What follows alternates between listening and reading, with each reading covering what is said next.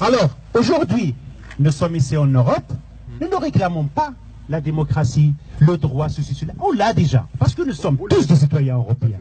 Moi, je suis de nationalité belge. Il y a d'autres qui sont de nationalité allemande, de nationalité française, hollandaise, espagnole. Ça, on n'a pas de problème. Moi, si j'ai besoin d'un hôpital, mais à Bruxelles, il y en a 25. Si j'ai besoin d'aller à l'université, mais à Bruxelles, il y en a 10. En Belgique, il y en a 100. Si j'ai besoin d'un avocat, mais il y en a. Si j'ai besoin du travail, mais il n'y a pas de problème. Mais le problème, il est là-bas. Mais vous savez pourquoi le problème, il est là-bas? Parce que notre argent, mais il est exporté par l'occupant de ce palais en Suisse, à Panama, en France, en Belgique, aux Pays-Bas, dans les pays européens. Ils sont payés, ils meurent de faim. La semaine passée, il y a 2 personnes qui sont mortes à 80 mètres dans le fond d'une mine pour aller chercher 5 € pour faire vivre leur famille. Le problème que nous avons aujourd'hui, mais il ne se limite pas au rift géographique. Et partout dans le Maroc, c'est exactement la même chose. Et j'ai même envie de dire, le Rif, c'est la meilleure région où tu peux habiter et vivre au Maroc.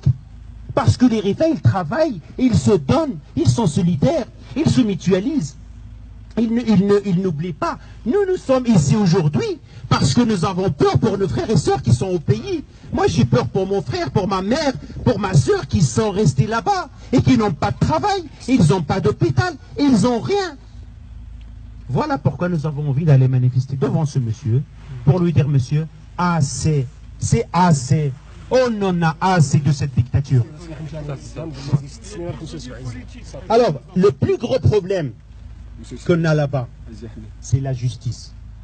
Là, en fait, quand je dis la justice, non, c'est l'injustice. Il n'existe pas.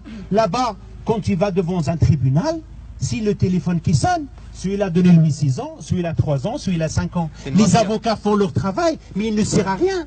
Parce que la police judiciaire, il n'est pas libre. Ils ne peuvent pas faire leur travail comme il faut. Il y a des pots de vin qui sont payés. Il y a le Premier ministre qui intervient. Il y a le ministre de l'Intérieur qui intervient. Ils ne font pas leur travail. Alors le premier point que nous avons ici, c'est la justice. Il y a aujourd'hui 2000 personnes qui sont emprisonnées parce qu'ils ont juste manifesté comme on l'a fait nous aujourd'hui. Imaginez-vous maintenant, vous allez emporter tout le monde ici, vous l'envoyez dans une prison militaire et vous mettez des gens chacun dans une cellule individuelle pendant 6 mois sans voir le soleil. Imaginez que vous prenez cet enfant, vous l'envoyez et vous lui donnez 4 ans de prison parce qu'il est venu manifester ici. Eh bien, au Maroc, ça se passe comme ça aujourd'hui. Il y a un homme qui a 75 ans qui a été emprisonné parce qu'il a emporté son sac à course et il est parti sillonner le Rif pour parler avec ses concitoyens. La semaine passée, ils ont arrêté 20 enfants, ils les ont empêchés d'aller à l'école et ils les ont envoyés à la prison. Et la semaine prochaine, ils vont passer devant un juge. Et ce n'est pas un juge de l'enfance, c'est un juge devant qui on met des criminels. Alors maintenant, si vous, en tant que Français, vous croyez en la liberté, fraternité, égalité, laissez-nous passer et allez manifester devant ce monsieur. Si vous croyez en Victor Hugo, si vous croyez en Spinoza, si vous croyez en Erasmus, si vous croyez en Schumann, si vous croyez en tous ces gens qui ont réclamé pendant des années le droit du peuple européen d'être libre, de réclamer sa liberté et de se défendre devant les dictatures comme celle de l'occupant de ce palais, laissez-nous passer et allez manifester devant ce palais. Parce que vous êtes en train d'empêcher la liberté, la fraternité et l'égalité française de s'exercer sur le sol français. Parce que vous êtes en train de défendre le dictateur qui est avec ce palais. Vous, personnellement, en tant que gendarme, ce soir, quand vous allez dormir, vous allez vous poser la question, pourquoi j'ai empêché ce genre de passer? Parce que mon chef me l'a dit. Mais vous oubliez que la démocratie vous force à vous, personnellement, à pratiquer la loi française qui vous dit que chacun a le droit de manifester contre un dictateur.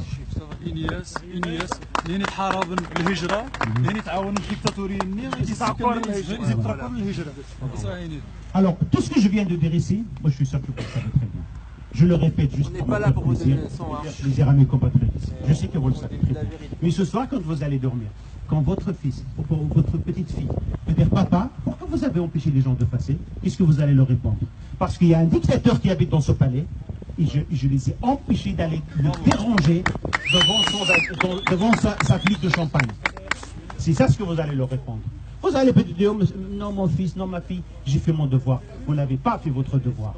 vous avez vous avez respecté les ordres de votre supérieur qui sont contre la loi française et qui sont contre la loi humaine qui vous dit que chaque citoyen du monde a le droit d'aller manifester contre un dictateur. Ce dictateur, vous êtes en train de le protéger et vous êtes en train de tuer Nasser Zafi qui est sorti de chez lui pour aller dire il est interdit de tuer les innocents, il est interdit d'emprisonner les innocents.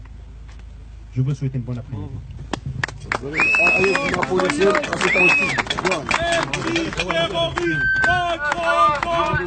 M6 terroriste,